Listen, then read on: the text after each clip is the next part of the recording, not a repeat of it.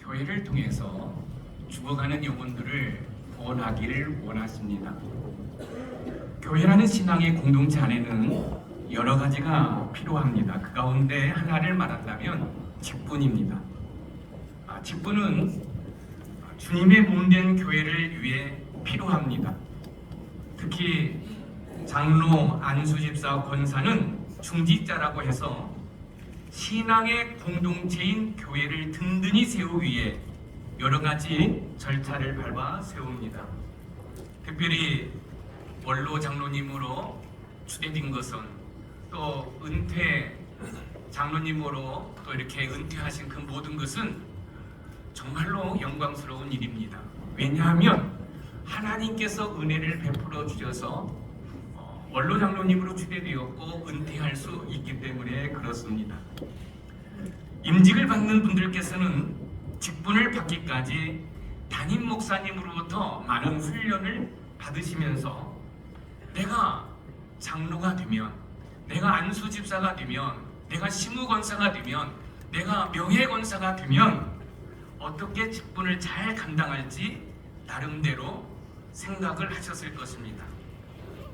제가 임직을 받는 여러분들에게 여러분들은 무엇으로 직분을 감당하면 좋을까요? 라고 질문을 한다면 여러분 나름대로 한번 생각하시고 말씀해 보시기 바랍니다. 이번에 임직을 받는 여러분들은 무엇으로 여러분의 직분을 잘 감당하기를 원하십니까? 여러분의 신앙 경험으로 하기를 원하십니까? 아니면 오직 충성과 열정으로 감당하기를 원하십니까?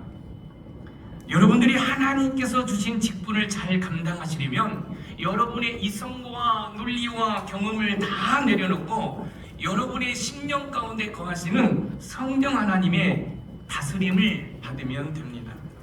왜냐하면 성령 하나님은 여러분과 영원토록 함께 하시며 여러분들을 도우시기 때문에 그렇습니다.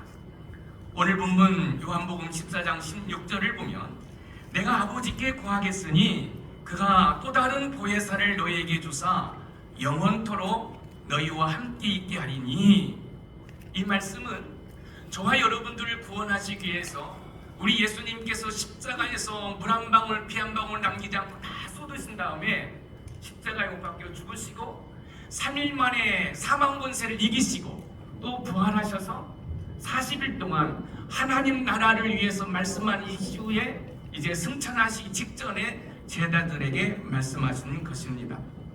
여기서 보혜사는 성령 하나님의 다른 이름인데 헬라어로 파라클레토스입니다. 파라클레토스의 뜻은 헬퍼, 돕는 자, 위로자, 중재자, 상담자라는 뜻을 가지고 있습니다. 이사야 9장 6절에 보면 한 아기가 태어날 것인데 그 아기가 바로 예수님입니다. 그런데 그 아기 예수님의 이름이 기묘자라 모사라라고 이야기를 하고 있어요.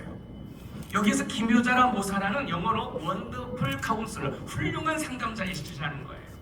그래서 여러분들이 하나님으로부터 장로님으로, 안수집사님으로, 또 시무권사로, 명예권사로 이제 임직을 받게 될 텐데 여러분의 심령 가운데 거하신 그 성령 하나님이 여러분의 헬퍼, 도움이 되시고 여러분의 훌륭한 상담자가 되시기 때문에 여러분의 이성과 논리와 경험을 내려놓고 여러분의 심령 가운데 거하시는 성령 하나님을 의지할 때 여러분들이 하나님께서 주신 직분을 잘 감당할 수 있다는 이야기입니다.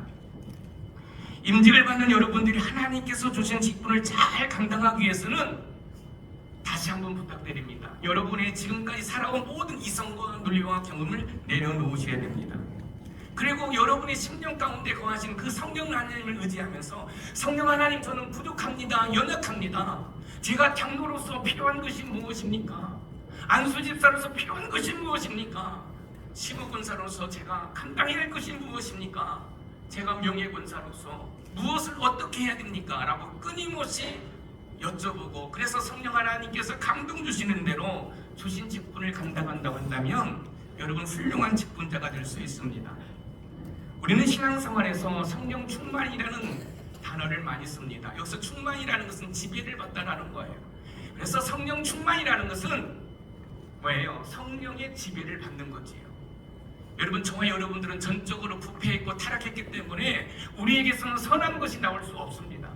그렇기 때문에 여러분들이 스스로 무능력함을 인정하시고 여러분의 심령 가운데 계신 여러분의 도움이 되시고 여러분의 상담자가 되시는 성령 하나님을 의지할 때 여러분들은 여러분에게 주어진 직분을 잘 감당할 수 있을 줄 믿으시기 바랍니다. 여러분들은 예수님을 나의 구주로 영접할 때 성령 하나님께서 여러분의 심령 가운데 임재하셔서 거하신다는 사실을 아셔야 됩니다.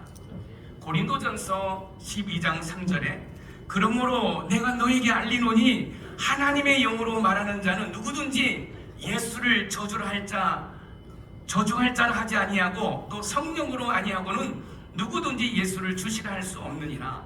성령으로 아니하고는 누구든지 예수님을 주시라고 할 수 없다고 그랬습니다. 그래서 여러분들이 예수님을 나의 구주로 영접할 때 여러분의 심령 가운데 우리 성령 하나님이 여러분 임재하시고 거하시는 줄 믿으시기 바랍니다. 그러므로 성령 하나님을 의지할 때 직분을 잘 감당할 뿐만 아니라 담임 목사님의 신실한 동역자가 되어서 영도교회를 든든히 세워갈 줄 믿습니다. 여러분들이 왜 성령 충만함으로 직분을 감당해야 하는지 예를 들어 한번 보겠습니다. 사도행전 6장 5절에 보니까 온 무리가 이 말을 기뻐하여 믿음과 성령이 충만한 사람 스데반과 또 빌립과 브루고로와 니가누르와 디몬과 바메네와 유대교에 입교했던 안디옥 사람 니골라를 택하여, 여러분 일곱 집사님을 선택할 때도 믿음과 성령이 충만한 사람을 뽑았습니다. 성령 충만이라는 것은 앞에서 말씀을 드렸던 것처럼 나의 이성과 논리와 경험을 내려놓고 성령 하나님의 지배를 받는 거예요. 성령 하나님의 다스림을 받는 거예요. 여러분들이 성령 하나님의 다스림을 받아서 여러분에게 주어진 직분을 감당할 때 여러분 교회를 든든히 세워가고 하나님께 영광을 돌릴 줄 믿습니다. 우리 예수님께서도 성령 충만함으로 세례를 받으시고 공생애를 시작하셨습니다.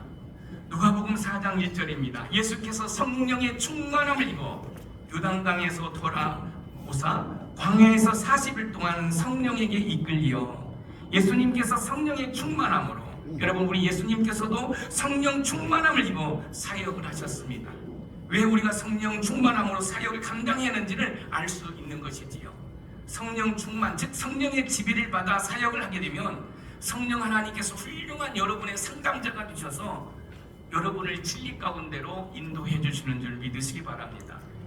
요한복음 16장 13절에 보면 그러나 진리의 성령이 오시면 그가 너희를 모든 진리 가운데로 인도하시리니 그가 스스로 말하지 않고 오직 들은 것을 말하며 장래일을 너희에게 알리시리라. 진리의 성령이 오시면 그가 너희를 모든 진리 가운데로 인도하시리니, 그렇습니다.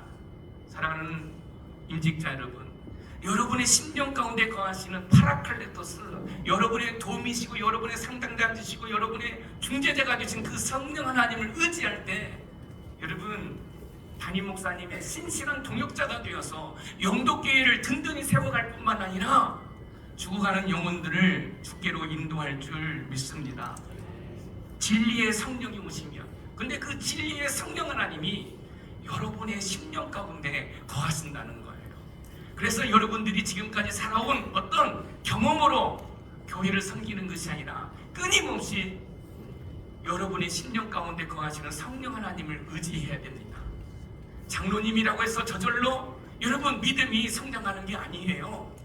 여러분 끊임없이 여러분의 심령 가운데 거하시는 성령 하나님을 의지해서 여러분이 지금까지 살아온 어떤 세상의 경험으로 교회를 여러분 섬기는 것이 아니라 여러분 성령 하나님의 감동하심으로 섬겨가는 은혜가 있기를 주님의 이름으로 축원드립니다. 성령 충만함으로 직분을 감당하시라 했는데 그럼 어떻게 하면 성령 충만할 수 있을까요?